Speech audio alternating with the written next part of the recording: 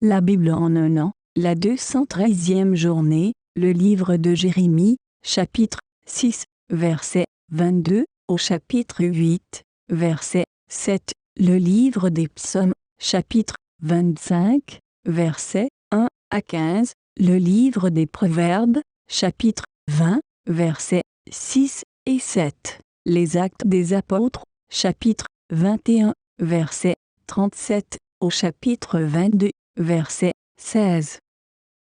Le livre de Jérémie, chapitre 6. Voici ce que dit l'Éternel. Un peuple vient du pays du Nord. Une grande nation se met en mouvement depuis les extrémités de la terre. Ils empoignent l'arc et le javelot.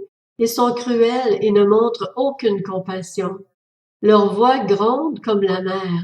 Ils sont montés sur des chevaux, prêts à combattre comme un seul homme contre toi, fille de Sion.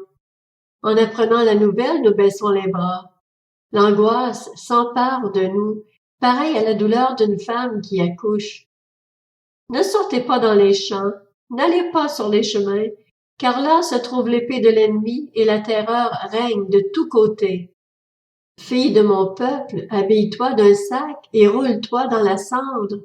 Prends le deuil comme pour un fils unique, verse des larmes pleines d'amertume, car c'est de façon soudaine que le dévastateur viendra sur nous. Je t'ai désigné pour surveiller mon peuple, pour que tu lui résistes comme une forteresse, pour que tu connaisses et examines leur conduite. Ce sont tous des rebelles invétérés. Ils marchent dans la médisance, ils sont durs comme le bronze et le fer, ils sont tous corrompus. Le soufflet est brûlant, mis au feu, le plomb disparaît, mais c'est pour rien que le fondeur travaille. Les mauvais éléments ne se détachent pas. On les appelle argent méprisable, car l'Éternel les méprise. Le livre de Jérémie, chapitre 7. Voici la parole adressée à Jérémie par l'Éternel. Tiens-toi à la porte de la maison de l'Éternel, et là tu proclameras cette parole, tu diras, écoutez la parole de l'Éternel, vous tous, Judéens, vous qui entrez par ces portes pour adorer l'Éternel.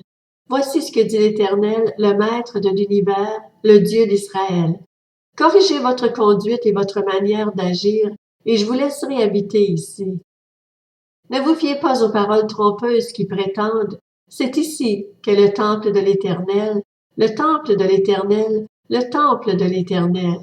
Si vraiment vous corrigez votre conduite et votre manière d'agir, si vraiment vous faites justice aux uns et aux autres, si vous n'exploitez pas l'étranger, l'orphelin et la veuve, si vous ne versez pas le sang innocent dans cet endroit, et si vous ne vous tournez pas vers d'autres dieux pour votre malheur, alors je vous laisserai habiter ici, dans ce pays que j'ai donné à vos ancêtres depuis toujours et pour toujours. Mais voici que vous vous fiez à des paroles trompeuses qui ne servent à rien. Quoi? Vous vous permettez de voler, tuer, commettre des adultères, prêter serment de façon hypocrite, faire brûler de l'encens en l'honneur de Baal, suivre d'autres dieux que vous ne connaissez pas. Puis vous venez vous présenter devant moi, dans ce temple auquel mon nom est associé, et vous dites, nous avons été délivrés, et c'est pour commettre toutes ces horreurs. Est-il, à vos yeux, une caverne de voleurs, ce temple auquel mon nom est associé? Moi-même, je constate que tel est le cas, déclare l'Éternel. Allez donc à l'endroit qui m'était consacré à Silo, là où j'avais fait en premier résider mon nom, et voyez ce que j'en ai fait à cause de la méchanceté de mon peuple, d'Israël.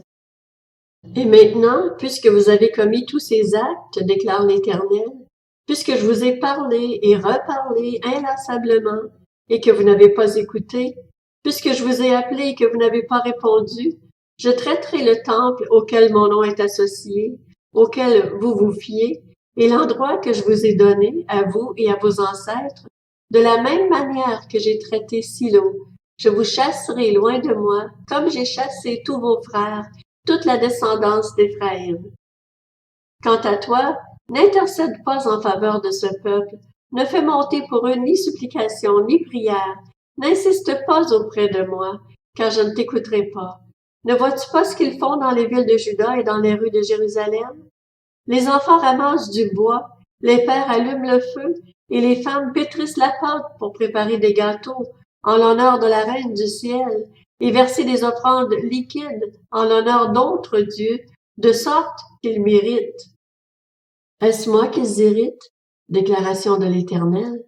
N'est-ce pas eux-mêmes pour leur propre honte? C'est pourquoi voici ce que dit le Seigneur l'Éternel. Ma colère et ma fureur vont se déverser contre cet endroit, sur les hommes et sur les bêtes, sur les arbres des champs et sur les fruits de la terre. Elles brûleront sans plus s'éteindre. Voici ce que dit l'Éternel, le Maître de l'univers, le Dieu d'Israël. Ajoutez vos holocaustes à vos sacrifices et mangez-en la viande. En effet, je n'ai pas parlé avec vos ancêtres. Je ne leur ai donné aucun ordre au sujet des holocaustes et des sacrifices, le jour où je les ai fait sortir d'Égypte. Voici l'ordre que je leur ai donné. Écoutez ma voix et je serai votre Dieu, et vous, mon peuple. Marchez dans toutes les voies que je vous prescris, afin d'être heureux. Cependant, ils n'ont pas écouté, ils n'ont pas tendu l'oreille. Ils ont persévéré dans les conseils de les penchants de leur cœur mauvais. Ils ont régressé au lieu de progresser. Depuis le jour où vos ancêtres sont sortis d'Égypte jusqu'à aujourd'hui, je vous ai envoyé tous mes serviteurs, les prophètes. Je les ai envoyés chaque jour, inlassablement, mais ils ne m'ont pas écouté. Ils n'ont pas tendu l'oreille. Ils se sont montrés réfractaires. Ils ont fait le mal plus encore que leurs ancêtres. Tu leur diras tout cela, mais ils ne t'écouteront pas. Tu les appelleras, mais ils ne te répondront pas. Alors tu leur diras, c'est ici que se trouve la nation qui n'écoute pas la voix de l'Éternel, son Dieu, et qui ne veut pas tenir compte de la correction. La vérité a disparu, elle a été retirée de leur bouche. Coupe tes cheveux et jette-les, entonne une complainte sur les hauteurs, car l'Éternel rejette et abandonne la génération qui a provoqué sa colère. En effet, les Judéens ont fait ce qui est mal à mes yeux, dit l'Éternel. Ils ont placé leurs monstrueuses idoles dans le temple auquel mon nom est associé, de manière à le rendre impur. Ils ont construit des hauts lieux à Tophet, dans la vallée de Ben-Hinnom, pour livrer aux flammes leurs fils et leurs filles. Cela, je ne l'avais pas ordonné. Cela ne m'était pas venu à la pensée. Voilà pourquoi les jours viennent, déclare l'Éternel, où l'on ne parlera plus de Tophet et de la vallée de Ben-Hinnom, mais où l'on parlera de la vallée du carnage, et l'on enterrera les morts à Tophet, faute de place. Les cadavres de ce peuple serviront de nourriture aux oiseaux du ciel et aux bêtes de la terre, et il n'y aura personne pour les faire fuir. Je ferai cesser dans les villes de Juda et dans les rues de Jérusalem les cris de réjouissance et de joie, les chants du fiancé et de la fiancée, car le pays sera en ruine. Le livre de Jérémie, chapitre 8. À ce moment-là, déclare l'Éternel, on sortira de leurs tombeaux les ossements des rois de Juda, les ossements de ses chefs, ceux des prêtres, ceux des prophètes et ceux des habitants de Jérusalem. On les exposera au soleil, à la lune et à tous les corps célestes, puisqu'ils les ont aimés, servis, suivis, recherchés et se sont prosternés devant eux. On ne les rassemblera pas, on ne les ensevelira pas, et ils seront comme du fumier sur la terre. La mort sera préférée à la vie par tous les rescapés de ce peuple méchant, et ce, partout où je les aurai chassés, déclare l'Éternel, le Maître de l'univers. Annonce-leur, voici ce que dit l'Éternel. Est-ce qu'on tombe sans se relever, ou bien est-ce qu'on se perd sans revenir en arrière? Pourquoi donc cette population de Jérusalem s'abandonne-t-elle à de perpétuels égarements? Ils renforcent leur trahison, ils refusent de revenir à moi. Je suis attentif et j'écoute. Ils ne parlent pas comme ils le devraient. Aucun ne regrette sa méchanceté et ne se dit « Qu'ai-je fait ?» Tous retournent à leur course, pareil à un cheval qui s'élance au combat. Même la cigogne dans le ciel reconnaît l'époque de sa migration. La tourterelle, l'hirondelle et la grue respectent le moment de leur retour. Mais mon peuple ne reconnaît pas le droit établi par l'Éternel. Le livre des Psaumes, chapitre 25, de David. Éternel, je me tourne vers toi.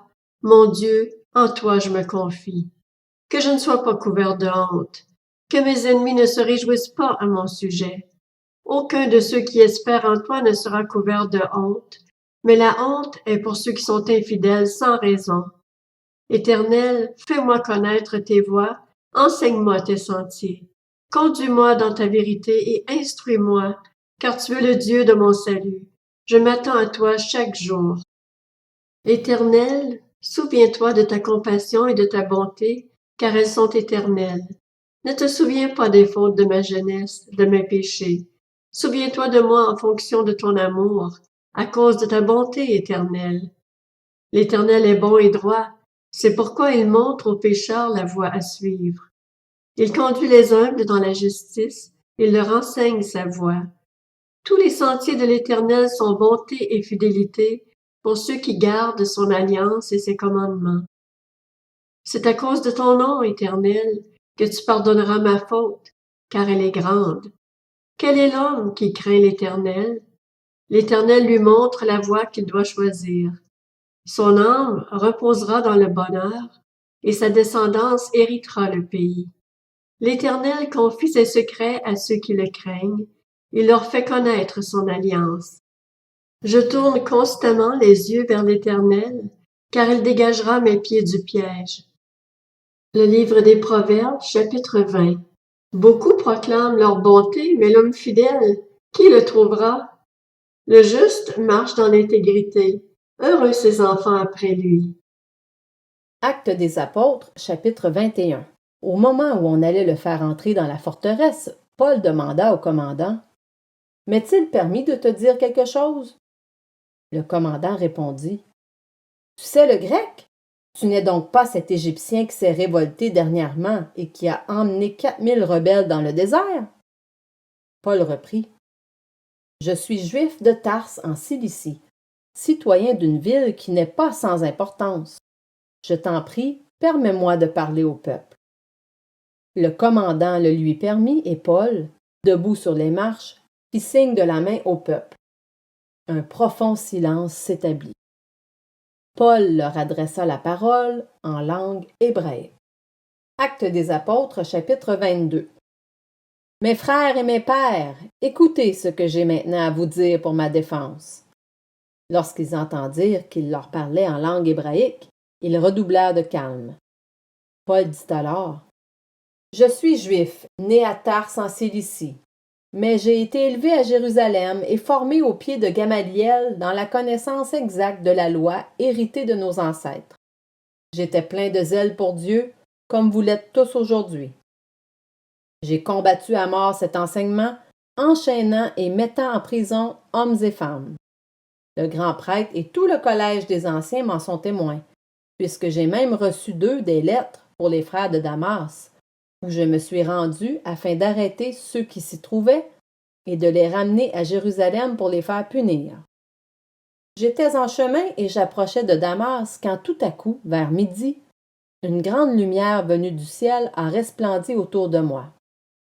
Je suis tombé par terre et j'ai entendu une voix qui me disait « Saul, Saul, pourquoi me persécutes-tu? » J'ai répondu « Qui es-tu, Seigneur? » Il m'a dit « Je suis Jésus de Nazareth, celui que tu persécutes. » Ceux qui étaient avec moi ont bien vu la lumière et ont été effrayés, mais ils n'ont pas compris celui qui me parlait.